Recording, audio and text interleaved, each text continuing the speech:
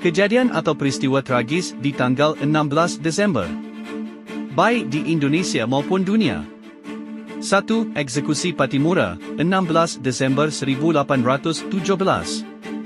Kapitan Pattimura, Thomas Matulaish, pahlawan nasional dari Maluku, dieksekusi dengan cara digantung oleh Belanda di halaman Benteng Victoria, Ambon, pada 16 Desember 1817. Ia dikenal sebagai tokoh perlawanan melawan kolonialisme Belanda dan kematiannya menjadi simbol perjuangan kemerdekaan Indonesia. 2. Meninggalnya aktivis Soe Hokg, 16 Desember 1969.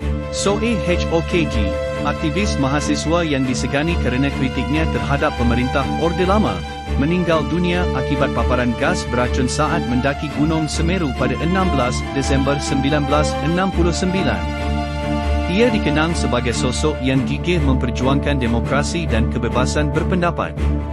3. Eksekusi Nicolae Ceausescu, 16 Desember 1989.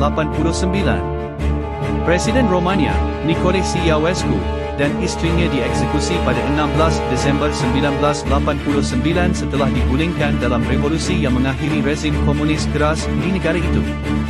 Proses eksekusi berlangsung cepat dan menjadi sorotan global kerana disiarkan secara langsung ke publik. 4. Hari Akademi TNI, 16 Desember. Tanggal ini juga diperingati sebagai Hari Akademi TNI, memperingati berdirinya Lembaga Pendidikan Militer Indonesia yang berkontribusi dalam menjaga kedaulatan negara.